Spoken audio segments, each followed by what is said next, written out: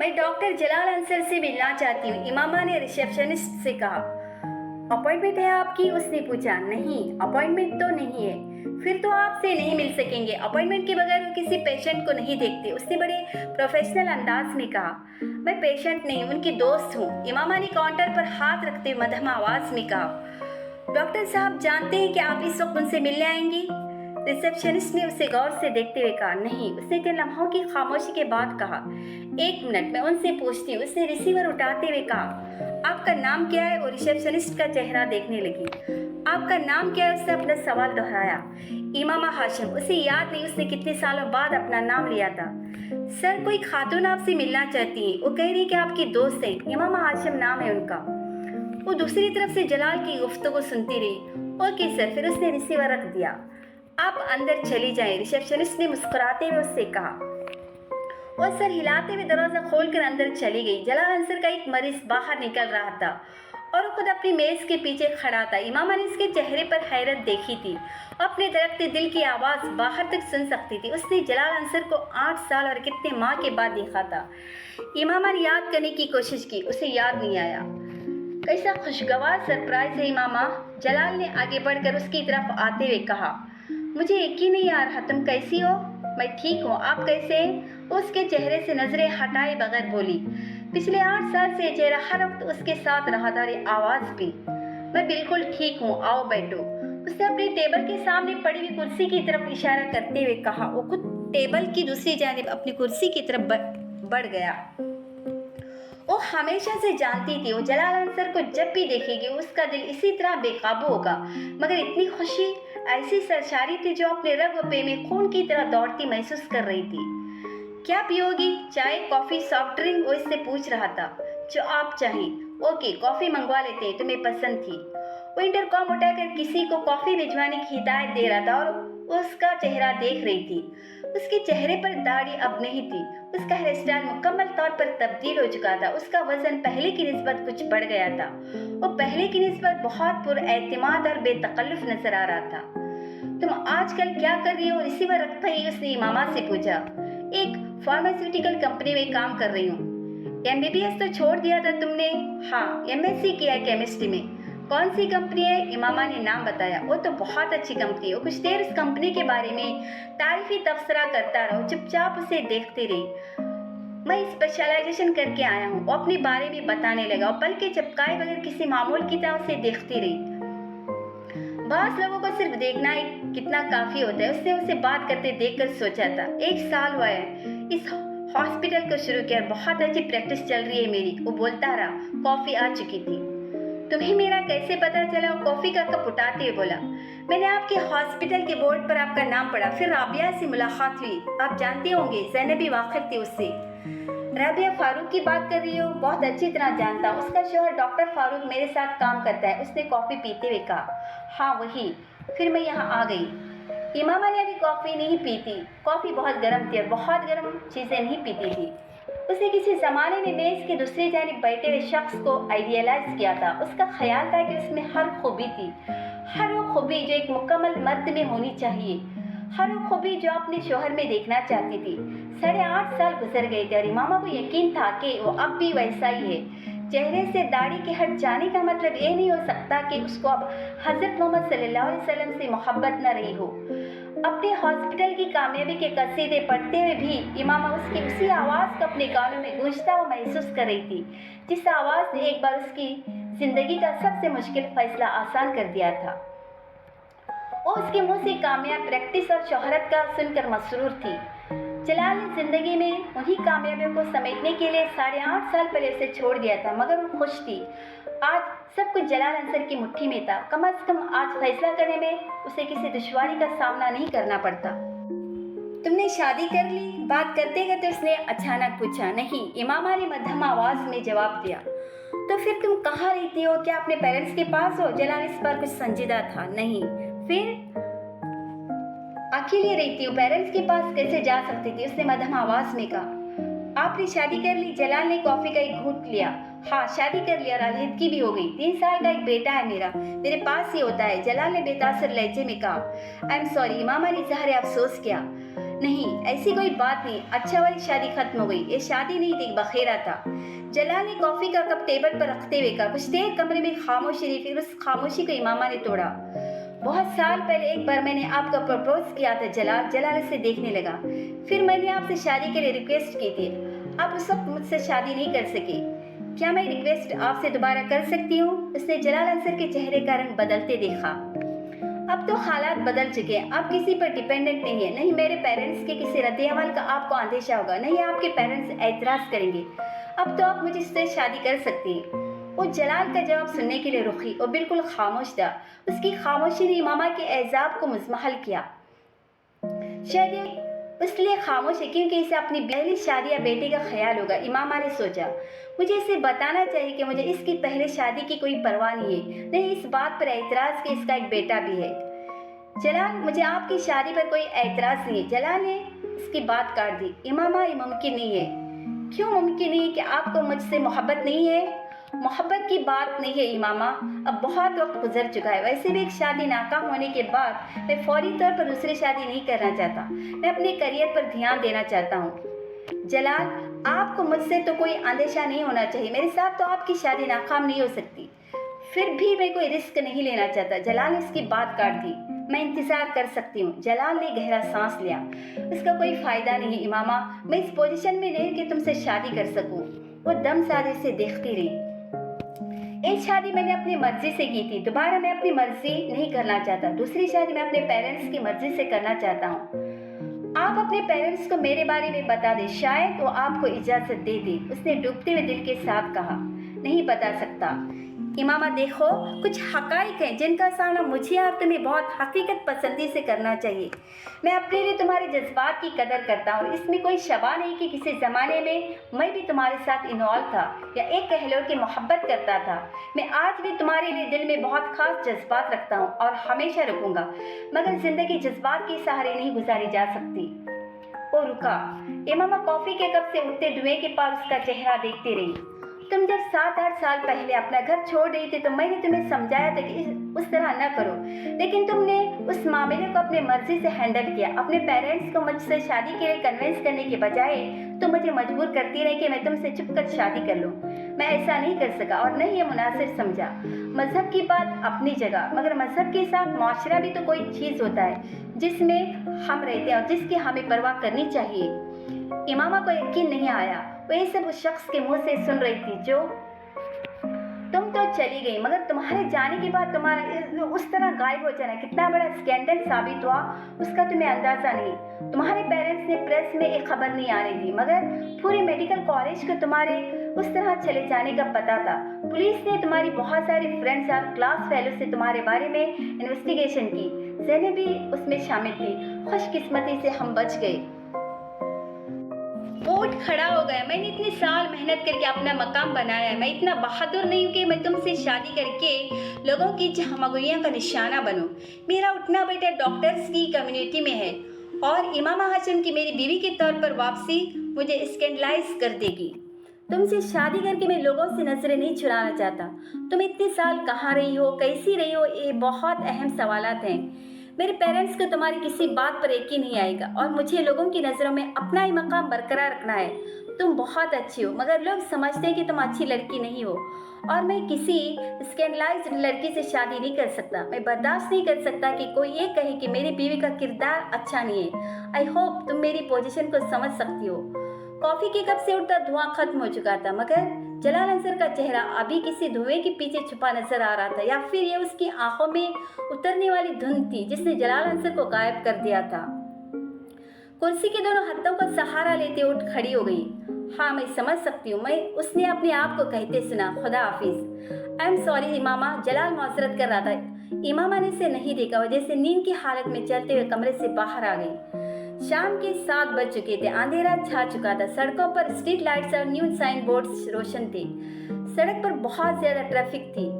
उस पूरे रोड पर दोनों तरफ डॉक्टर्स की क्लिनिक थे। उसे याद था किसी जमाने में उसकी भी ख्वाहिश थी कि उसका भी ऐसा ही क्लिनिक हो। इसे यह भी याद था कि वो भी अपने नाम के आगे इस तरह क्वालिफिकेशंस की एक लंबी लिस्ट देखना चाहती थी, बिल्कुल वैसे जिस तरह जलाल अंसर के नाम के साथ थी, बिल्कुल वैसे जिस तरह इस रोड पर लगे बहुत से डॉक्टर्स के नाम के आगे थे।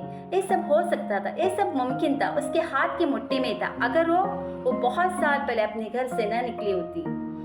वो बहुत देर तक जलाल के हॉस्पिटल के बाहर सड़क पर खड़ी खाली और जहनी की कैफियत में सड़क पर दौड़ती ट्रैफिक को देखती रही। उसकी समझ में नहीं आ रहा था कि वो यहाँ से कहाँ जाए। उसने एक बार फिर मुड़कर हॉस्पिटल के माथे पर जगमगाते इलेक्ट्रिक बोर्ड पर डॉक्टर जलाल अंसर का नाम देखा। तुम अच्छी लड़की हो, मगर लोग तुम्हें अच्छा नहीं समझते। उसे चंद मिनट पहले कहे उसके अल्फाज याद आए।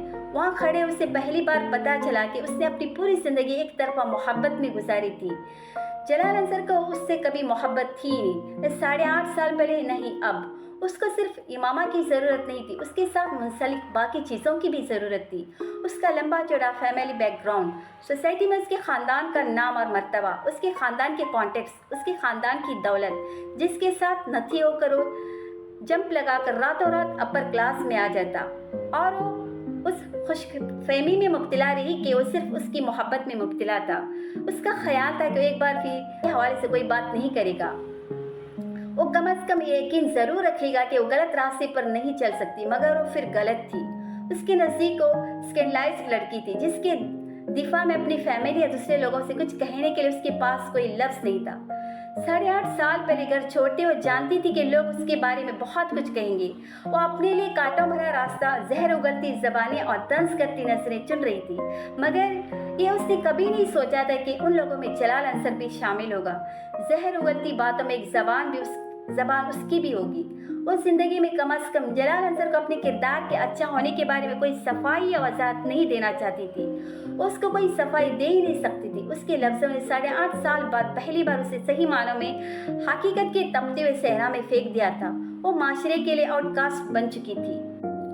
तो इमामा हाशिम, ये है तुम्हारी औकात, एक स्कैंडलाइज्ड और दागदार लड़की है। तुम अपने आप को क्या समझे बैठी थे? वो फुटपाथ पर चलने लगी, हर बोर्ड, हर न्यूज़ साइन को पढ़ते हुए। वहाँ लगे बहुत से डॉक्टरों के नामों से वाकिफ थी। उनमें से कुछ उसकी क्लास फेलोज थे, कुछ उससे जूनियर, कुछ उससे सीनियर, और वो खुद कहाँ खड़ी थी? कहीं भी नहीं। तुम देखना इमामा, तुम किस तरह जलील और ख्वार होगी। तुम्हें कुछ भी नहीं मिलेगा, कुछ भी नहीं।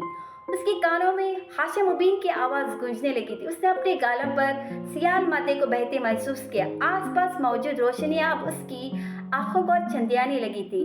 जलाल अंसर बुरा आदमी नहीं था, बस वो नहीं था जो समझकर उसकी तरफ गई थी। कैसा धोखा था जो उसने खाया था, जानबूझकर खुली आंखों के साथ। वो भी एक मादा प्रस्त था, मुकम्मल मादा प्रस्त। सिर्फ उसका ये रूप उसने पहली बार देखा था और उसके लिए सब नाकाबिल यकीन था। वो बुरा आदमी नहीं था, उसके अपनी अखलाकियात थे और उनके साथ जी रहा था। इमामा हाशिम को आज उसने वो अखलाकियात बता दी थी। उसने ऐसी तज़हीक और तहकीर 8 सालों में पहली बार देखी थी, और वो भी उस शख्स के हाथों जिसे वो खूबियों का मजमुआ समझती रही थी। और खूबियों के इस मजमुए की नज़र में वो क्या थी? घर से भागी हुई एक स्कैंडलाइज्ड लड़की। आंसुओं का एक सैलाब था जो उसकी आंखों से उमड़ रहा था और उसमें सब कुछ बह रहा था, सब कुछ। उसने बेरहमी के साथ आंखों को रगड़ा, अपनी चादर के साथ गीले चेहरे को खुश्क करते हुए रिक्शे को रोककर उसमें बैठ गई। दरवाज़ा सईदा अम्मा ने खोला था। वो सर झुकाए इस तरह अंदर दाखिल हुई कि उसके चेहरे पर उसकी नज़र न पड़ी। कहाँ थे तुम इमामा? रात हो गई, मेरा तो दिल घबरा रहा था। साथ वालों के घर जाने ही वाली थी मैं कि कोई तुम्हारे ऑफिस जाकर तुम्हारा पता करे। सईदा अम्मा दरवाज़ा बंद करके तशवीश के आले में उसके पीछे आई थी। कहीं नहीं अम्मा, बस ऑफिस में कुछ काम था, इसलिए देर हो गई। उसने उनसे चंद कदम आगे चलते हुए पीछे मुड़े बगैर उनसे कहा, पहले तो कभी तुम्हें ऑफिस में देर नहीं हुई, फिर आज क्या हुआ कि रात हो गई? आखिर आज क्यों इतनी देर रोका उन्होंने तुम्हें? सईदा अम्मा को अब भी तसल्ली नहीं हो रही थी। उसके बारे में मैं क्या कह सकती हूँ, आइंदा देर नहीं होगी। वो इसी तरह अपने कमरे की तरफ जाते हुए बोली, खाना गर्म कर दूँ या थोड़ी देर बाद खाओगी? उन्होंने उसके पीछे आते हुए पूछा। नहीं, मैं खाना नहीं खाऊंगी, मेरे सर में दर्द हो रहा है, मैं कुछ देर के लिए सोना चाहती हूँ। उसने अपने कमरे में दाखिल होते हुए कहा। दर्द क्यों हो रहा है? कोई दवाई दे दूँ या चाय बना दूँ? सईदा अम्मा को और तशवीश लाख हो गई। अम्मा प्लीज़ मुझे सोने दे, मुझे किसी चीज़ की ज़रूरत नहीं है, अगर हुई तो मैं आपसे कह दूँगी। उसके सर में वाकई दर्द हो रहा था। सईदा अम्मा को शायद अंदाज़ा हो गया कि उनकी तशवीश उस वक्त उसे बेआराम कर रही है। ठीक है, तुम सो जाओ। जाने के लिए पलटे। इमामा ने अपने कमरे की लाइट ऑन नहीं की। اس نے اسی طرح اندھیرے میں دروازے کو بند کیا اور اپنے بستر پر آ کر لیٹ گئی. اپنا کمبل کھینچ کر اس نے سیدھا لیٹتے ہوئے اپنی آنکھوں پر بازو رکھ لیا. وہ اس وقت صرف سونا چاہتی تھی. وہ کچھ بھی یاد نہیں کرنا چاہتی تھی، نہ جلال انصر سے ہونے والی کچھ دیر پہلے کی گفتگو، نہیں کچھ اور. وہ رونا بھی نہیں چاہتی تھی. وہ اپنے مستقبل کے بارے میں سوچنا بھی نہیں چاہتی تھی.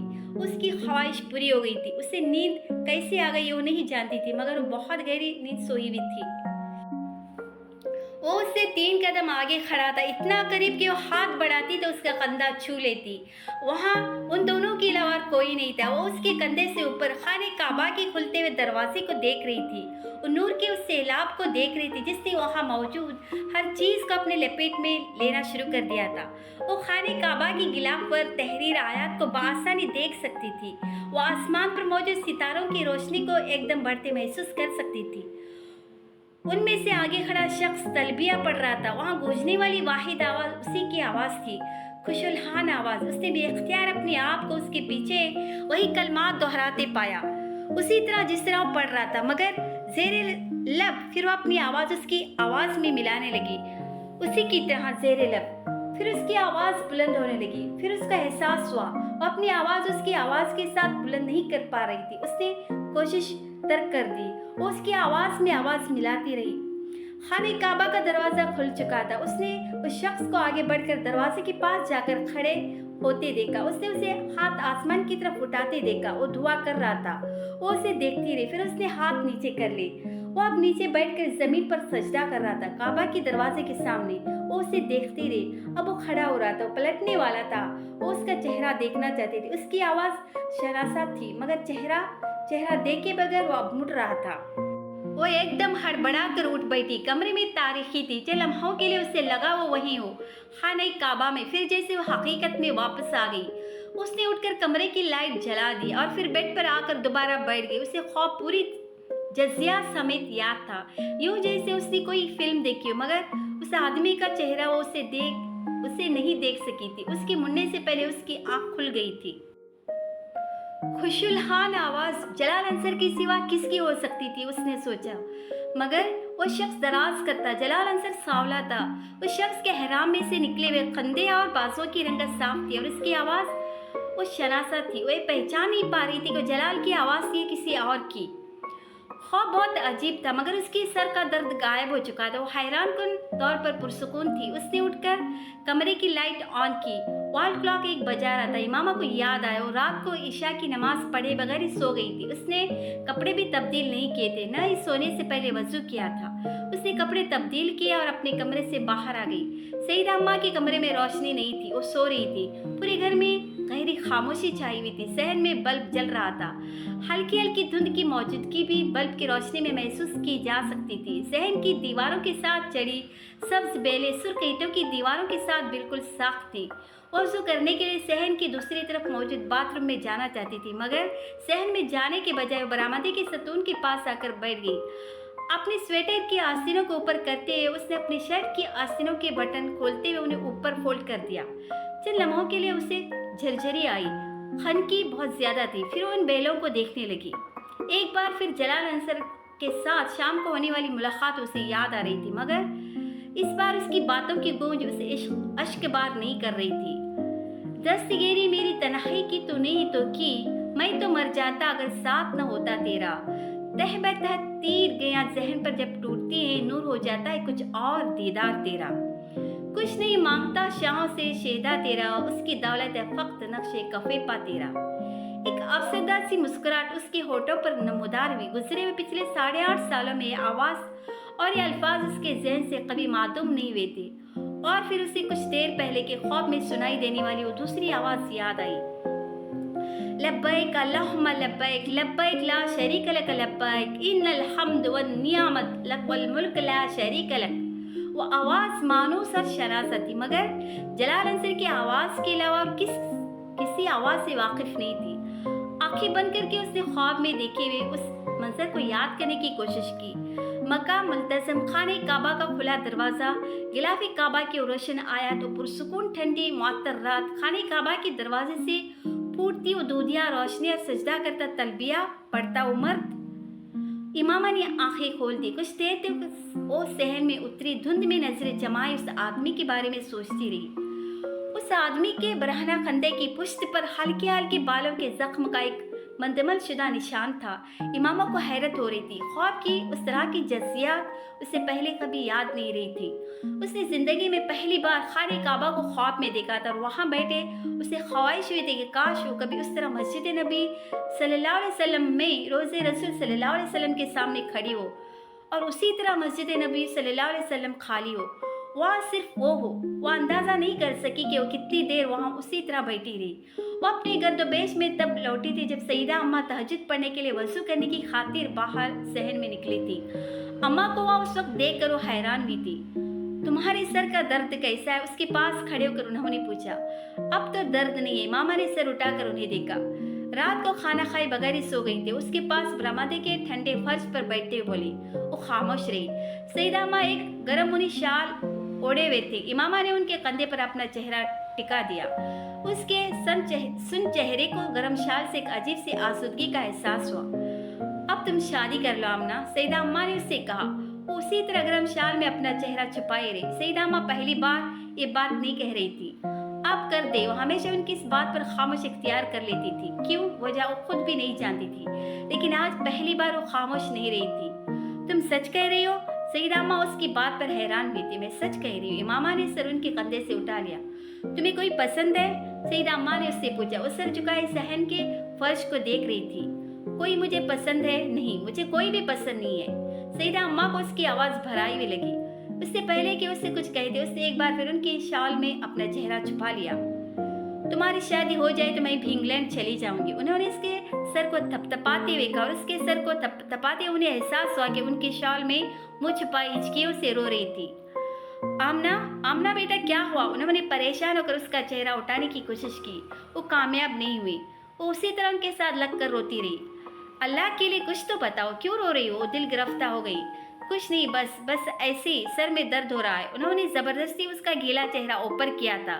वह अब अपने आस्तीनों से चेहरा पोंछते उठ खड़ी हुई। उसने सईदा अम्मा से आंखें नहीं मिलाई थी। सईदा अम्मा हक्का बुक्का उसे बाथरूम की तरफ जाते देखती रही। सईदा अम्मा उसकी शादी की बात करने वाले अकेली नहीं थी। उसकी तालीम मुकम्मल होने के बाद डॉक्टर सब्ताली ने एक बार फिर उससे शादी का जिक्र किया था। वो नहीं जानती तब उसने क्यों इनकार कर दिया था, ये जानने के बावजूद कि वो अब आज़ाद थी। मुझे कुछ अर्सा जॉब कर लेने दे, उसके बाद मैं शादी कर लूंगी, उसने डॉक्टर सब्ताली से कहा था। शायद पिछले कई सालों से डॉक्टर सब्ताली पर माली तौर पर एक बोझ बनने का एहसास था जिससे वो निजात हासिल करना चाहती थी, या फिर कहीं उसके लाशऊर में ये चीज़ थी कि डॉक्टर सब्ताली को उसकी शादी पर एक बार फिर अखराजात करना पड़ेंगे और वो ये चाहती थी कि वो उन अखराजात के लिए खुद कुछ जमा करने की कोशिश कर ले। उसने ये बात डॉक्टर सब्ताली को नहीं बताई थी, मगर उसने उनसे जॉब की इजाज़त ले ली थी। शायद वो कुछ अरसा भी मज़ीद जॉब करती रहती, मगर जलाल अंसर से उस मुलाकात के बाद वो एक तकलीफदा जहनी धचके से दो चार हुई थी और उसने एकदम सईदा अम्मा के सामने हथियार डाल दिए थे। वो नहीं जानती थी सईदा अम्मा ने डॉक्टर सब्ताली से उस बात का जिक्र किया या नहीं, मगर वो खुद उन दिनों मुकम्मल तौर पर उसके रिश्ते की तलाश में सरगर्दा थी और उस कोशिश का नतीजा फहद की सूरत में निकला था। फहद एक कंपनी में अच्छे अहदे पर काम कर रहा था और उसकी शोहरत भी बहुत अच्छी थी। फहद के घर वाले उसे पहली बार देखकर पसंद कर गए थे और उसके बाद सईदा अम्मा ने डॉक्टर सब्ताली से उस रिश्ते की बात की। डॉक्टर सब्ताली को कुछ तामुल हुआ, शायद उसकी शादी अब भी अपने जाने वालों में करना चाहते थे, मगर सईदा अम्मा की फहद और उसके घर वालों की बेपनाह तारीफों के बाद और फहद और उसके घर वालों से खुद मिलने के बाद उन्होंने सईदा अम्मा की पसंद पर कोई एतराज़ नहीं किया था।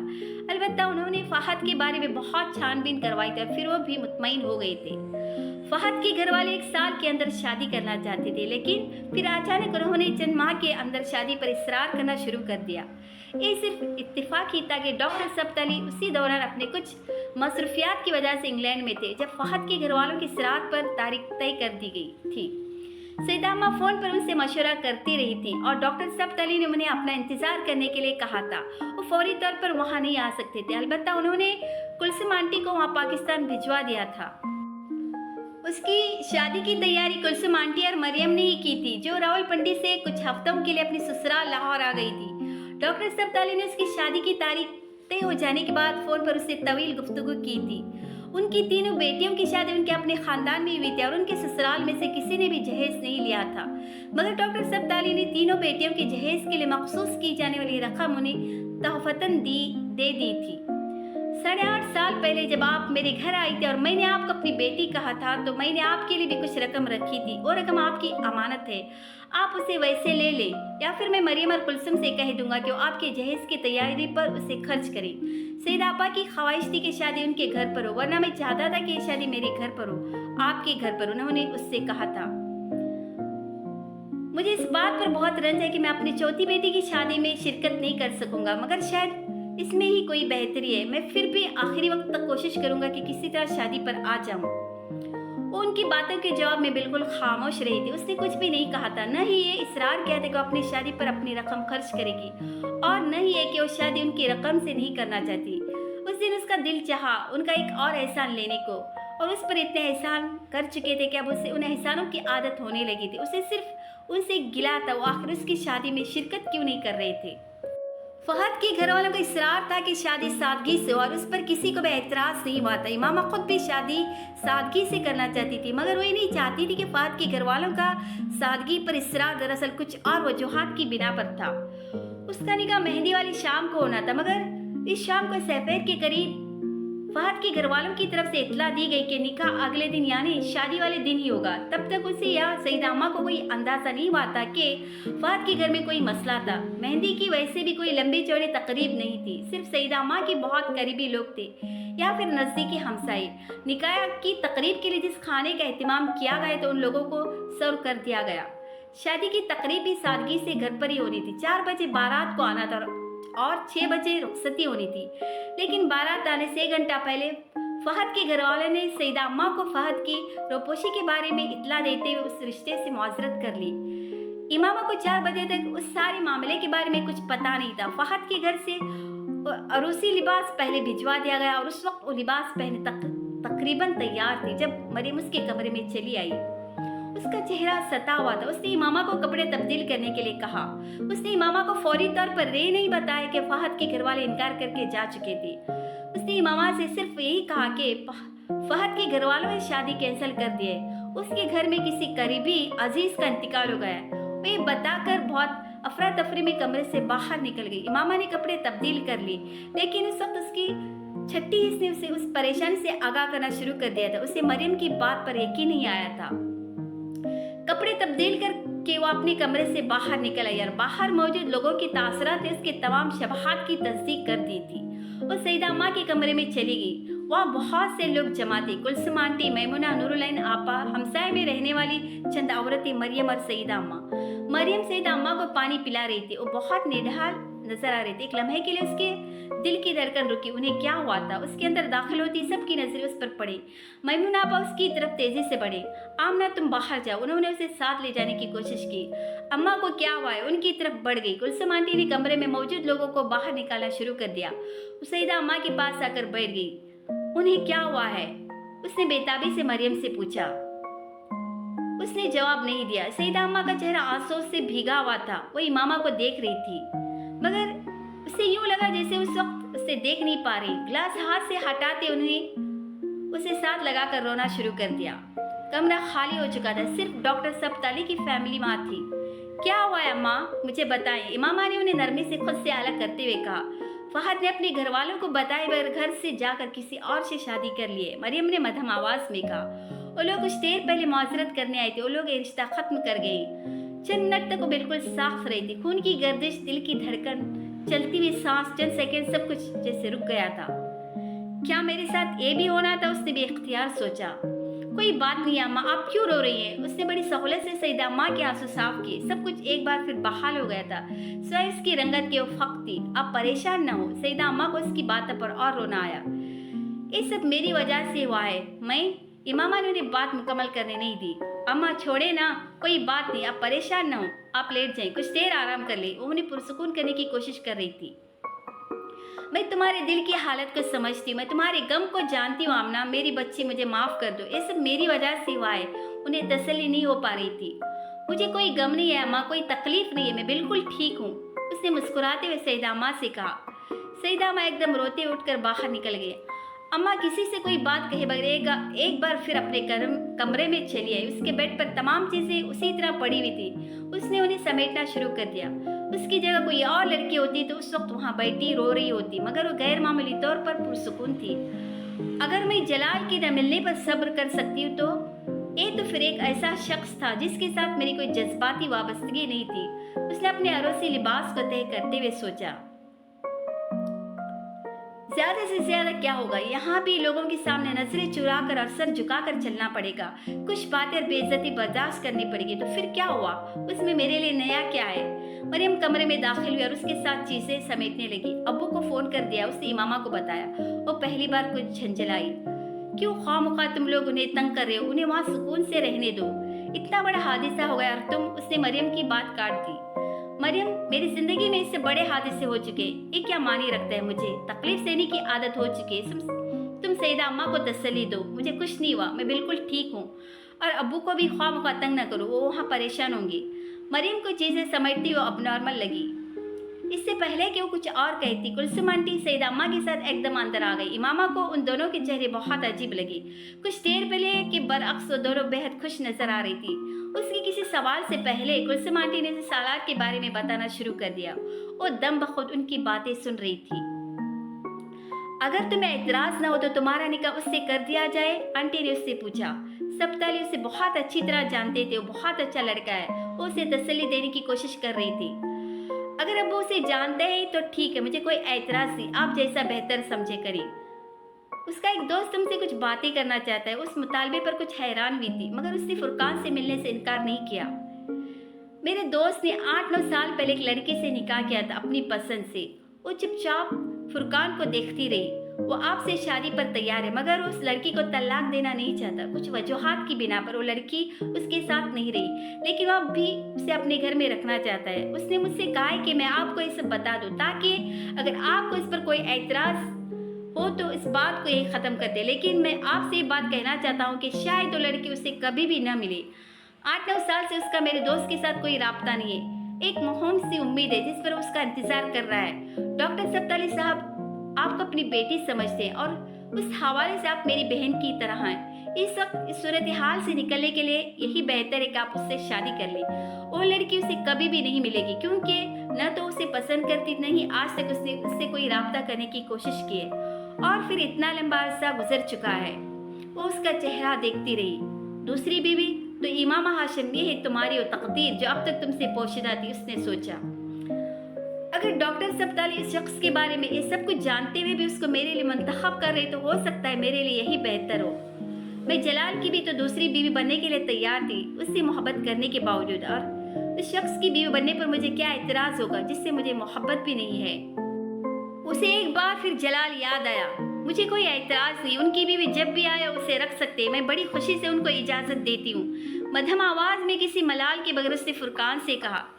15 मिनट बाद उसे पहला शौक उस वक्त लगा था जब निकाह खां ने उसके सामने सालार सिकंदर का नाम लिया था। सालार सिकंदर वल्द सिकंदर उस्मान। उसे निकाह खां के मुंह से निकलने वाले लफ्जों से जैसे करंट लगा था। वो नाम ऐसे नहीं थे जो हर शख्स के होते। सालार सिकंदर, सिकंदर उस्मान, और फिर उस तरतीब में क्या ये शख्स जिंदा है? उसके सर पर जैसे आसमान आ गिरा था। उसके चेहरे पर चादर का घूंघट न होता तो उस वक्त उसके चेहरे की तासरात ने सबको परेशान कर दिया होता। निकाह खां अपने कलमा दोबारा दोहरा रहा था। इमामा का ज़हन माऊफ और दिल डूब रहा था। अगर ये शख्स जिंदा था तो मैं तो अब तक उसके निकाह में हूँ। मेरे खुदा, ये सब क्या हो रहा है? डॉक्टर सब्ताली उसे कैसे जानते? उसके ज़हन में एक फशार बरपा था। आमना बेटा हाँ कहो। सईदा अम्मा ने उसके कंधे पर अपना हाथ रखा। सालार सिकंदर जैसे शख्स के लिए हाँ, उसका दिल किसी ने अपनी मुट्ठी में लेकर भेजा। वो हाँ के अलावा उस वक्त कुछ और कह ही नहीं सकती थी। खौफ और शौक के आलम में उसने कागजात पर दस्तखत किए थे। काश कोई मौजिज़ा हो, ये वो सालार सिकंदर न हो। ये सब इत्तिफाक हो। उसने अल्लाह से दुआ की थी। उन सब लोगों के कमरे से चले जाने के बाद मरियम ने उसके चेहरे से चादर हटा दी। उसके चेहरे का रंग बिल्कुल सफेद हो चुका था। क्या हुआ? मरियम की तशवीश में इजाफा हो गई। वो समझ नहीं सकी वो उससे क्या कह रही थी। उसका ज़हन कहीं और था। Maryam, just do me a favour. उसने मरियम का हाथ पकड़ लिया। मैंने निकाह कर लिया, मगर मैं आज रुखसती नहीं चाहती। तुम सईदा अम्मा से कहो मैं अभी रुखसती नहीं चाहती। اس کے لہجے میں کچھ نہ کچھ ایسا ضرور تھا کہ مریم اٹھ کر باہر نکل گئی. وہ بہت جلدی واپس آ گئی. امامہ رخصتی نہیں ہو رہی ہے. سالار بھی رخصتی نہیں چاہتا. امامہ کے ہاتھوں کی کپاہٹ کچھ کم ہو گئی. ابو کا فون آنے والا ہے تمہارے لیے, تم سے کچھ بات کرنا چاہتے ہیں. اس نے امامہ کو مزید اطلاع دی. وہ فون سننے کے لیے دوسرے کمرے میں آ گئی. انہوں نے کچھ دیر بعد اسے فون کیا تھا. وہ اسے مبارکباد دے رہے تھے. امامہ کا دل رونے کا چاہا. سالار بہت اچھا انسان ہے. وہ کہہ رہے تھے میری خواہش تھی کہ آپ کی شادی اسی سے ہو, مگر چونکہ آپ سیدہ آپا کے پاس رہ رہی تھی اس لیے میں نے ان کی خواہش اور انتخاب کو مقدم سمجھا. وہ سانس لینے تک کے قابل نہیں رہی تھی. مجھے علم نہیں تھا کہ سالار نے اس سے پہلے کبھی شادی کی تھی, مگر تھوڑی دیر پہلے فرقان نے مجھے اس کے بارے میں بتایا ہے. وہ صرف ضرورتاً کیا جانے والا کوئی نکاح تھا. فرقان نے مجھے تفصیل نہیں بتایا اور میں سمجھتا ہوں کہ اس کی ضرورت بھی نہیں ہے. میرے جاننے والے میں سالار سے اچھا کوئی شخص ہوتا تو اس کے نکاح کے بارے میں جان لینے کے بعد میں آپ کی شادی سالار سے کرنے کی بجائے کہیں اور کر دیتا, لیکن میرے ذہن میں سالار کے علاوہ کوئی آیا ہی نہیں. آپ خاموش کیوں ہیں آمنہ؟ انہیں بات کرتے کرتے اس کا خیال آیا. ابو آپ واپس کب آئیں گے؟ میں 1 ہفتے تک آ رہا ہوں, ڈاکٹر سبز نے کہا. مجھے آپ سے بہت ساری باتیں کرنی ہے. مجھے آپ کو بہت کچھ بتانا ہے. آپ خوش نہیں ہیں؟ ڈاکٹر سبز کو اس کے لہجے نے پریشان کیا. آپ پاکستان آ جائیں, پھر میں آپ سے بات کروں گی, اس نے حتمی لہجے میں کہا. اور رات کو سونے سے پہلے وضو کے لیے باتھ روم میں گئی. وضو کر کے واپس آتے ہوئے اپنے کمرے میں جانے کے بجائے وہ شہر میں برآمدی کی سیڑھیوں پر بیٹھ گئی. گھر میں اس وقت کوئی مہمان نہیں تھا. وہ اور سیدہ اماں ہمیشہ کی طرح تنہا تھے. سیدہ اماں تھکاوٹ کی وجہ سے بہت جلد سو گئی تھی. وہ ملازمہ کے ساتھ گھر میں موجود کام نپٹاتی رہی. 10:30 بجے کے قریب ملازمہ بھی اپنا کام ختم کر کے سونے کے لیے چلی گئی. وہ شادی کے کاموں کی وجہ سے پچھلے کچھ دنوں سے وہیں رہ رہی تھی. امامہ کچن اور اپنے کمرے کے بہت سے چھوٹے چھوٹے کام نپٹاتی رہی. وہ جس وقت ان سب کاموں سے فارغ ہوئی تو اس وقت رات کے 12:30 بج رہے تھے.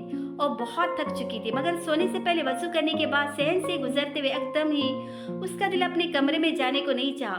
وہ وہیں برآمدے میں بیٹھ گئی. صحن میں جلنے والی روشنیوں میں اس نے اپنے ہاتھ اور کلائیوں پر لگی ہوئی مہندی کو دیکھا. مہندی بہت اچھی رچی تھی.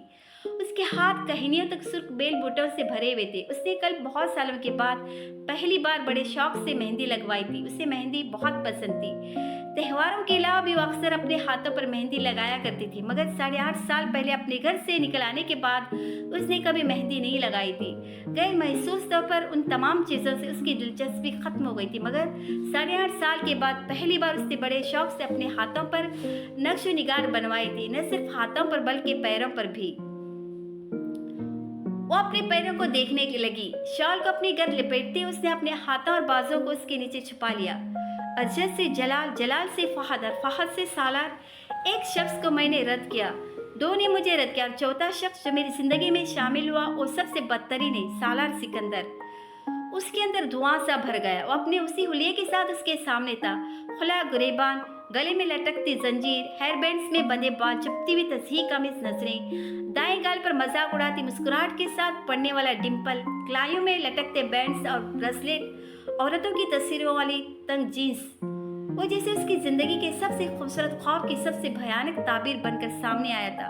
اس کے دل میں سالار سکندر کے لیے ذرا برابر عزت نہ تھی. میں نے زندگی میں بہت سی غلطیاں کی ہیں, مگر میں اتنی بری نہیں ہوں کہ تمہارے جیسا برا مرد میری زندگی میں آئے, اس نے کئی سال پہلے فون پر اس سے کہا تھا. شاید اسی لیے جلال نے بھی تم سے شادی نہیں کی, کیونکہ نیک مردوں کے لیے نیک عورتیں ہوتی, تمہارے جیسی نہیں, سالار نے جواباً کہا تھا. امامہ نے اپنے ہونٹ بھینچ لیے. چاہے کچھ ہو جائے سالار, میں تمہارے ساتھ نہیں رہوں گی. تم واقعی مر جاتے تو زیادہ اچھا تھا. وہ بڑبڑائی تھی. اس وقت ایک لمحے کے لیے بھی اسے خیال نہیں آیا کہ سالار نے کبھی اس پر کوئی احسان کیا تھا. ڈاکٹر سبز جس رات پاکستان واپس آئے تھے اسی رات امامہ ان کے گھر پر ہی تھی, مگر رات کو اس نے ان سے سالار کے بارے میں کوئی بات نہیں کی. مریم بھی لاہور میں ہی تھی, اس لیے وہ سب آپس میں کچھ گپیوں میں مصروف رہے. اگلے دن صبح بھی وہ سب اسی طرح اکٹھے بیٹھے باتیں کرتے رہے. وہ امامہ کو ان طوائف کے بارے میں بتاتے رہے جو انگلینڈ سے امامہ اور سالار کے لیے لے کر آئے تھے. امامہ خاموشی سے سنتی رہی. سالار بھائی کو تو آج افطاری پر بلائیں, مریم کی تجویز تھی. ڈاکٹر سبز نے مریم کے کہنے پر سالار کو فون کیا. امامہ تب بھی خاموش رہی. اور دوپہر کی نماز پڑھنے کے لیے باہر جانے لگے تو امامہ ان کے ساتھ باہر پورچ تک آ گئی. ابو مجھے آپ سے کچھ بات کرنی, اس نے دھیرے سے کہا. ابھی؟ ڈاکٹر سبز نے حیرانی سے کہا. نہیں, آپ نماز پڑھائیں پھر واپسی پر. وہ کچھ دیر تشویش سے اسے دیکھتے رہے اور پھر کچھ کہے بغیر باہر چلے گئے. मैं सालार से तलाक लेना चाहती हूँ। मस्जिद से वापसी पर उसे लेकर अपनी स्टडी में आ गई थी और इमामा ने बिला किसी तमहीद या तौक़ुफ़ के अपना मुतालबा पेश कर दिया। आमना दम बखुद रह गई। मैं उसके साथ नहीं रह सकती हूँ। मुसलसल फर्श पर गौर कर रही थी। आमना आपके साथ उसकी दूसरी शादी ज़रूर है, लेकिन उसकी पहली बीवी का कोई पता नहीं है। फुरकान बता रहा था कि तकरीबन 9 साल से उन दोनों में कोई राब्ता नहीं है और शादी भी नहीं, सिर्फ निकाह हुआ था। डॉक्टर सब्त अली उसके इनकार को पहले शादी के साथ जोड़ रहे थे। कौन जानता है वो कहाँ है, कहाँ नहीं। 9 साल बहुत लंबा अरसा होता है। मैं उसकी पहली बीवी को जानती। उसने उसी तरह सर झुकाए हुए कहा, आप? डॉक्टर सब्त अली को यकीन नहीं आया। वो मैं हूँ। उसने पहली बार सर उठाकर उन्हें देखा। वो बोलने के काबिल नहीं रहे थे। आपको याद है 9 साल पहले मैं एक लड़के के साथ इस्लामाबाद से लाहौर आई थी, जिसके बारे में आपने मुझे बाद में बताया था कि मेरी फैमिली ने उसके खिलाफ FIR दर्ज करवाई है। सालार सिकंदर? डॉक्टर सब्त अली ने बेख्तियार उसकी बात काटी। ये वही सालार सिकंदर है। इमामा ने इस बात में सर हिलाया। वो जैसे शौक में थे। सालार सिकंदर से उनकी फुरकान की तवस्सुत से पहली मुलाकात इमामा के घर से चले आने के 4 साल बाद हुई थी और उनके जहन में कभी ये नहीं आया कि उस सालार का इमामा से कोई ताल्लुक हो सकता था। 4 साल पहले सुने जाने वाले एक नाम को 4 साल बाद मिलने वाले एक दूसरे शख्स के साथ नथी नहीं कर सकते थे, और कर भी देते अगर वो 4 साल पहले वाले सालार से ही मिलते। मगर वो जिस शख्स से मिले थे वो हाफिज कुरान था। उसके अंदाज, अतवार और गुफ्तार में कहीं उस ज़हनी मर्ज का अक्स नहीं पाया जाता था जिसका हवाला उन्हें इमामा ने कई बार दिया था। उनका धोखा खा जाना एक फितरी अमर था, या फिर ये सब उसी तरह से तय किया गया था। और आपने 9 साल पहले उससे शादी की थी। अभी भी बेयकीनी का शिकार थे। सिर्फ निकाह, उसने मध्यम आवाज में कहा। और फिर उसने उन्हें सब कुछ बता दिया। डॉक्टर सब्त अली बहुत देर खामोश रहे। फिर उन्होंने गहरा सांस लेते हुए कहा, आपको मुझ पर एतबार करना चाहिए था आमना। मैं आपकी मदद कर सकता था। इमामा की आंखों में आंसू आ गए। आप ठीक कहते, मुझे आप पर एतबार कर लेना चाहिए था, मगर उस वक्त मेरे लिए बहुत मुश्किल था। आपको अंदाजा ही नहीं है कि मैं उस वक्त की जहनी कैफियत से गुजर रही थी, या फिर शायद मेरी किस्मत में आजमाइश भी लिखी थी, उसे आना ही था। वो बात करते करते रुकी। फिर उसने नम आँखों के साथ सर उठाकर डॉक्टर सब्त अली को देखा और मुस्कुराने की कोशिश की। लेकिन अब तो सब कुछ ठीक हो जाएगा। अब तो आप तलाक लेने में मेरी मदद कर सकते हैं। नहीं, मैं अब इस तलाक में कोई मदद नहीं कर सकता आमना। मैंने उससे आपकी शादी करवाई, उन्होंने जैसे उसे याद दिलाया। इसीलिए तो मैं आपसे कह रही हूँ, आप उससे मुझे तलाक दिलवा दें। लेकिन क्यों? मैं क्यों उससे आपको तलाक दिलवा दूँ? क्योंकि वो एक अच्छा आदमी नहीं है। क्योंकि मैंने अपनी ज़िंदगी को सालार जैसे आदमी के साथ गुजारने का नहीं सोचा। हम तो मुख्तलिफ दुनियाओं के लोग हैं। वो बेहद दिलबर्दश्ता हो रही थी। मैंने कभी अल्लाह से शिकायत नहीं की अब्बू, मैंने कभी अल्लाह से शिकायत नहीं की, मगर इस बार मुझे अल्लाह से बहुत शिकायत है। वो गुलगीर लहजे में बोली, मैं इतनी मोहब्बत करती हूँ अल्लाह से, और देखिए अल्लाह ने मेरे साथ क्या किया। मेरे लिए दुनिया के सबसे बुरे आदमी को चुना। वो अब रो रही थी। लड़की इतना कुछ मांगती है, मैंने तो कुछ भी नहीं मांगा, सिर्फ एक सालिया आदमी मांगा था। उसने मुझे वो तक नहीं दिया। क्या अल्लाह ने मुझे किसी सालिहा आदमी के काबिल नहीं समझा? वो बच्चों की तरह रो रही थी। इमामा वो सालिहा आदमी है। आप क्यों उसे सालिया आदमी कहते? वो सालिया आदमी नहीं है। मैं उसको जानती हूँ। मैं उसको बहुत अच्छी तरह जानती हूँ। मैं भी उसको बहुत अच्छी तरह जानता हूँ। आप उसको इतना नहीं जानते जितना मैं जानती हूँ। वो शराब पीता है, वो नफ्सियाती मरीज है, कई बार खुदकुशी की कोशिश कर चुका है, गिरेबान खुला छोड़कर फिरता है, औरत को देखकर अपनी नजर तक नीचे रखना नहीं जानता। और आप कहती हो सालिया आदमी है? इमामा, मैं उसकी मासी को नहीं जानता, मैं उसके हाल को जानता हूँ। उनमें से कुछ भी नहीं जो आप कह रही हैं। आप कैसे कह सकते कि वो ऐसा कुछ नहीं करता? वो झूठा मक्कार है, मैं उसको जानती हूँ। ऐसा नहीं है अब्बू, ऐसा ही है। हो सकता है उसे वाकई आपसे मोहब्बत हो, आपकी वजह से तब्दील हो गया हो। मुझे ऐसी मोहब्बत की ज़रूरत नहीं है। मुझे उसकी नज़रों से घिन आती है, मुझे उसके खुले गिरेबान से घिन आती है। मैं ऐसे किसी आदमी की मोहब्बत नहीं चाहती। वो बदल नहीं सकता। ऐसे लोग कभी नहीं बदलते, वो सिर्फ अपने आप को छुपा लेते। नहीं, सालार ऐसा कुछ नहीं कर रहा। अबू, मैं सालार जैसे किसी शख्स के साथ ज़िंदगी गुजारने का सोच भी नहीं सकती। वो हर चीज़ का मजाक उड़ाता है, मजहब का, ज़िंदगी का, औरत का। क्या है जिसे वो चुटकियों में उड़ाना नहीं जानता? जिस शख्स के नज़दीक मेरा अपने मज़हब को छोड़ देना एक हिमाकत है, जिसके नज़दीक मज़हब पर बात करना वक्त ज़ाया करने के मुतरादफ है, तो जो सिर्फ what is next to ecstasy का मतलब जाने के लिए खुदकशियाँ करता फिरता है, जिसके नज़दीक ज़िंदगी का मकसद सिर्फ आयश है। वो मेरे साथ मोहब्बत करे भी तो क्या सिर्फ मोहब्बत की बुनियाद पर मैं उसके साथ ज़िंदगी गुजार सकती हूँ? मैं नहीं गुजार सकती। 8.5 साल से वो आपके साथ कायम होने वाले उस इत्तफाकिया रिश्ते को कायम रखे हुए है, आपको आपके तमाम नज़रियात और अकायद को जानते हुए भी, और वो आपके इंतज़ार में भी है, ये सोचते हुए कि आप उसके साथ रहने पर तैयार हो जाएंगी। क्या उन सारी ख्वाहिशों के साथ उसने अपने अंदर कुछ तब्दीली नहीं की होगी? मैंने उसके साथ ज़िंदगी नहीं गुजारी, मैंने उसके साथ नहीं रहना। वो अब भी अपनी बात पर मुसर थी। मुझे हक है कि मैं उस शख्स के साथ न रहूं, लेकिन अल्लाह ये क्यों कर रहा है कि उस शख्स को बार बार आपके सामने ला रहा है? वो 2 दफ़ा आपका निकाह हुआ और दोनों दफ़ा उसी आदमी से उनका चेहरा देखने लगी। मैंने ज़िंदगी में ज़रूर कोई गुनाह किया होगा, इसलिए मेरे साथ ऐसा हो रहा है, उसने भराई आवाज़ में कहा। आमना, आप कभी जिद नहीं करते थे, फिर अब क्या हो गया आपको? डॉक्टर सब्त-अली हैरान थे। आप मुझे मजबूर करेंगे तो मैं आपकी बात मान लूँगी, क्योंकि आपके मुझ पर इतने एहसानात हैं कि मैं तो आपकी किसी बात को रद्द कर ही नहीं सकती। लेकिन आप अगर ये कहें कि मैं अपनी मर्जी और खुशी के साथ उसके साथ ज़िंदगी गुजारूं, तो वो मैं कभी नहीं कर सकूंगी। मुझे कोई दिलचस्पी नहीं है कि वो कितना तालीम याफ्ता है, कितने अच्छे ओहदे पर काम कर रहा है, या मुझे क्या दे सकता है। आप एक अनपढ़ आदमी से शादी कर देते, लेकिन वो अच्छा इंसान होता तो मैं कभी आपसे शिकवा नहीं करती। लेकिन सालार वो आंखों देखी मक्खी है जिसको मैं अपनी खुशी से निकल नहीं सकती। आप सालार के बारे में वो जानते जो आपने सुना है, मैं उसके बारे में वो जानती जो मैंने देखा है। हम 15 साल एक दूसरे के हमसाए रहे, आप तो उसको चंद सालों से जानते हैं। आमना, मैं आपको मजबूर कभी नहीं करूंगा। ये रिश्ता आप अपनी खुशी से कायम रखना चाहेंगे तो ठीक, लेकिन सिर्फ मेरे कहने पर उसे कायम रखना चाहो तो ऐसा करने की ज़रूरत नहीं। आप एक बार सालार से मिले, फिर भी अगर आपका यही मुतालबा हुआ तो मैं आपकी बात मान लूंगा। डॉक्टर सब्त-अली बेहद संजीदा थे। उसी वक्त मुलाजिम ने आकर सालार के आने की इत्तला दी। डॉक्टर सब्त-अली ने अपनी घड़ी पर एक नज़र दौड़ाई और मुलाजिम से कहा, उन्हें अंदर ले आओ। यहाँ मुलाजिम हैरान हुआ। हाँ, यहीं पर, डॉक्टर सब्त-अली ने कहा। इमामा उठ खड़ी हुई। मैं भी इस तरह उससे बात नहीं करना चाहती। उसका इशारा अपनी मतौरम आँखों और सुर्ख चेहरे की तरफ था। आपने अभी तक उसे देखा नहीं, आप उसे देख ले। उन्होंने धीमे लहजे में उससे कहा, यहाँ नहीं, मैं अंदर कमरे में से उसे देख लूंगी। वो पलटकर अपने कमरे में चली गई। कमरे का दरवाजा अध खुला था, उसने उसे बंद नहीं किया। कमरे में तारीकी थी। अध खुले दरवाजे से लाउंज से आने वाली रोशनी इतनी काफी नहीं थी कि कमरे के अंदर अच्छी तरह से देखा जा सकता था। वो अपने बेड पर आकर बैठ गई। अपने बेड पर बैठकर उसने अपनी उंगलियों से अपनी आंखों को मसला। वो जहां बैठी थी वहां से वो लॉन्च को बखूबी देख सकती थी। 9 साल के बाद उसने अधखुले दरवाजे से लॉन्च में नमूदार होते उस शख्स को देखा जिसे एक तवील अरसा पहले मुर्दा समझ चुकी थी, जिससे ज्यादा नफरत और घिन उसे कभी किसी से महसूस नहीं हुई थी, जिसे वो बदतरीन लोगों में से एक समझती थी और जिसके निकाह में वो पिछले कई सालों से थी। तकदीर क्या उसके अलावा किसी और चीज को कहते हैं? अपनी आंखों में उतरती धुंध को उंगलियों की पूरव से साफ किया। डॉक्टर सब्त-अली उससे गले मिल रहे थे। उसकी पुश्त इमामा की तरफ थी। उसने मुआनिका करने से पहले हाथ में पकड़े फूल और एक पैकेट सेंटर टेबल पर रखा था। मुआनिके के बाद वो सोफे पर बैठ गया और तब पहली बार इमामा ने उसका चेहरा देखा।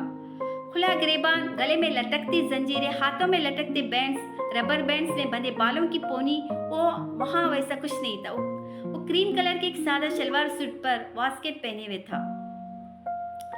हाँ, जाहिर तौर पर बहुत बदल गया है। उसे देखते उसने सोचा। उसे देखकर कोई भी यकीन नहीं कर सकता कि कभी उसकी सोच का सिलसिला टूट गया। वो अब डॉक्टर सब्त-अली से बातें कर रहा था। डॉक्टर सब्त-अली उसे शादी की मुबारकबाद दे रहे थे। वहाँ बैठी उन दोनों की आवाज़ें बासानी सुन सकती थी और वो डॉक्टर सब्त-अली के इस्तिफसार पर उन्हें इमामा के साथ होने वाले अपने निकाह के बारे में बता रहा था। वो अपने पछतावे का इजहार कर रहा था कि किस तरह उसने जलाल की शादी के बारे में उससे झूठ बोला, किस तरह उसने तलाक के बारे में उससे झूठ बोला। मैं उसके बारे में सोचता हूँ तो मुझे बहुत तकलीफ होती है, इतनी तकलीफ कि मैं आपको नहीं कह सकता। वो मेरी जहन से निकलती नहीं। वो धीमे लहजे में डॉक्टर सब्त-अली को बता रहा था। बहुत अरसे तो मैं अबनॉर्मल रहा। उसने मुझसे हज़रत मोहम्मद सल्लल्लाहु अलैहि वसल्लम के वास्ते मदद मांगी थी, ये कहकर कि मैं एक मुसलमान हूँ, ख़त्म नबूवत पर यकीन रखने वाला मुसलमान। मैं धोखा नहीं दूंगा उसे, और मेरी पस्ती की इंतहा देखे कि मैंने उसे धोखा दिया, ये जानने के बावजूद कि वो मेरे नबी सल्लल्लाहु अलैहि वसल्लम से इस कदर मोहब्बत करती है कि सब कुछ छोड़कर घर से निकल आई। और मैं उसका मजाक उड़ाता रहा, उसे पागल समझता और कहता रहा। जिस रात में उसे लाहौर छोड़ने आया था, उसने मुझे रास्ते में कहा था कि एक दिन हर चीज़ मुझे समझ आ जाएगी, तब मुझे अपने औकात का पता चल जाएगा। वो अजीब से अंदाज में हंसा था। उसने बिल्कुल ठीक कहा था, मुझे वाकई हर चीज़ की समझ आ गई। इतने सालों में मैंने अल्लाह से इतनी दुआ तौबा की है कि وہ بات کرتے کرتے رک گئے۔ امامہ نے اسے سینٹر ٹیبل کے شیشے کے کنارے پر اپنی انگلی پھیرتے دیکھا۔ وہ جانتی تھی کہ وہ آنسو ضبط کرنے کی کوشش کر رہا تھا۔ بعض دفعہ مجھے لگتا ہے کہ شاید میری دعا اور توبہ قبول ہو گئی اور رخا، مگر اس دن میں آمنہ کے ساتھ نکاح کے کاغذات پر دستخط کر رہا تھا تو مجھے اپنی اوقات کا پتہ چل گیا۔ میری دعا اور توبہ کچھ بھی قبول نہیں ہوئی۔ ایسا ہوتا تو مجھے امامہ ملتی، آمنہ نہیں۔ خواہش تو اللہ انسان کو وہ دے دیتا ہے کہ معجزہ کے علاوہ کوئی چیز جسے پورا کر ہی نہیں سکتی۔ میری خواہش دیکھیں میں نے اللہ سے کیا مانگا، ایک ایسی لڑکی جسے کسی اور سے محبت ہے، جو مجھے اسفل السافلین سمجھتی ہے، جسے میں نے 9 سال سے ڈھونڈ رہا ہوں مگر اس کا کچھ پتہ نہیں ہے، اور میں خواہش لیے پھر رہا ہوں اس کے ساتھ اپنی زندگی گزارنے کی، یوں جیسے وہ مل ہی جائے گی، یوں جیسے وہ مل گئی تو میرے ساتھ رہنے کو تیار ہو جائے گی، یوں جیسے وہ جلال انصر کو بھلا چکی ہوگی۔ ولیوں جتنی اور ولیوں جیسی عبادت کرتا تو شاید اللہ میرے لیے یہ معجزے کر دیتا، پر میرے جیسے آدمی کے لیے میری اوقات تو ہے کہ لوگ خانہ کعبہ کے دروازے پر کھڑے ہو کر بخشش مانگتے ہیں، وہی وہاں کھڑا ہو کر بھی اسے ہی مانگتا رہا۔ شاید اللہ کو یہی برا لگا۔ امامہ کے جسم سے ایک کرنٹ گزرا تھا، ایک دھماکے کی طرح خوف اسے یاد آیا تھا۔ میرے اللہ، اس نے اپنے دونوں ہاتھ ہونٹوں پر رکھ لیے تھے۔ وہ بے یقینی سے سالار کو دیکھ رہی تھی۔ وہ خواب میں اس شخص کا چہرہ نہیں دیکھ سکی تھی۔ کیا وہ یہ شخص تھا، یہ جو میرے سامنے بیٹھا ہے؟ یہ آدمی، اس نے خواب میں اس آدمی کو جلال سمجھا تھا، مگر اسے یاد آیا جلال دراز قد نہیں تھا، وہ آدمی دراز قد تھا۔ سالار سکن دراز قد تھا، اس کے ہاتھ کانپنے لگے تھے۔ جلال کی رنگت گندمی تھی، اس آدمی کی رنگت صاف تھی۔ سالار کی رنگت صاف تھی۔ اس نے خواب میں اس آدمی کے کندھے پر ایک تیسری چیز بھی دیکھی تھی۔ وہ تیسری چیز، اس نے کانپتے ہاتھوں سے اپنے چہرے کو مکمل طور پر ڈھانپ لیا۔ وہ معجزوں کے نہ ہونے کی باتیں کر رہا تھا، اور اندر ڈاکٹر سبت علی خاموش تھے۔ وہ کیوں خاموش تھے یہ صرف وہ اور امامہ جانتے تھے، سالار سکندر نہیں۔ امامہ نے اپنی آنکھیں رگڑے اور چہرے سے ہاتھ ہٹا دی۔ اس نے ایک بار پھر بہتے ہوئے آنسوؤں کے ساتھ اس شخص کو دیکھا۔ نہ وہ ولی تھا نہ درویش، صرف سچے دل سے توبہ کرنے والا شخص تھا۔ اسے دیکھتے اسے پہلی بار احساس ہوا کہ جلال اور اس کے درمیان کیا چیز آ کر کھڑی ہو گئی تھی، جس نے اتنے سالوں میں جلال کے لیے اس کی ایک دعا قبول نہیں ہونی تھی۔ کون سی چیز آخری وقت میں فہد کی جگہ اس کو لے آئی تھی؟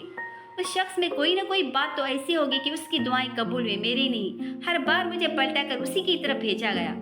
اس نے نم آنکھوں کے ساتھ اسے دیکھتے سوچا۔ اس نے ڈاکٹر سبت علی کو اسے صالح آدمی کہتے سنا۔ وہ جانتی تھی وہ یہ بات کس لیے کہہ رہے تھے۔ وہ سالار کو نہیں بتا رہے تھے، وہ امامہ کو بتا رہے تھے۔ وہ اسے صالحہ قرار بھی دے دے تب بھی وہ اسے صالحہ ماننے پر مجبور تھی۔ اس کے پاس جو گواہی تھی وہ دنیا کی ہر گواہی سے بڑھ کر تھی۔ اس کے پاس جو ثبوت تھا اس کے بعد اور کسی ثبوت کی ضرورت تھی نہ گنجائش۔ اسے کیا بتا دیا گیا تھا، اسے کیا جتا دیا گیا تھا، وہ جانتی تھی، صرف وہی جان سکتی تھی۔ افطاری کے بعد سالار اور ڈاکٹر سبت علی نماز پڑھنے کے لیے چلے گئے۔ وہ منہ ہاتھ دھو کر کچن میں چلی گئی۔ ان کے آنے سے پہلے اس نے ملازم کے ساتھ مل کر کھانا لگا دیا تھا۔ سالار کی واپسی کھانے کے بعد ہوئی تھی، اور اس کے جانے کے بعد ڈاکٹر سبت علی جس وقت کچن میں آئے اس وقت امامہ کچن کی میز پر بیٹھی کھانا کھا رہی تھی۔ اس کی آنکھیں اب بھی متورم تھی مگر چہرہ پرسکون تھا۔ میں نے سالار کو آپ کے بارے میں نہیں بتایا، لیکن میں چاہتا ہوں کہ آپ اب جلد از جلد اس سے مل کر بات کر لیں، ڈاکٹر سبت علی نے اس سے کہا۔ مجھے اس سے کوئی بات نہیں کرنی۔ وہ پانی پیتے ہوئے رک گئی۔ اسے اللہ نے میرے لیے منتخب کیا اور میں اللہ کے انتخاب کو رد کرنے کی جرات نہیں کر سکتی۔ اس نے کہا ہے کہ وہ توبہ کر چکا ہے، وہ نہ بھی کرتا ویسا بھی ہوتا جیسا پہلے تھا، تبھی میں اس کے پاس چلی جاتی اگر میں جان لیتی کہ اسے اللہ نے میرے لیے منتخب کیا ہے۔ وہ اب دوبارہ پانی پی رہی تھی۔ آپ اس سے کہیں مجھے لے جائے۔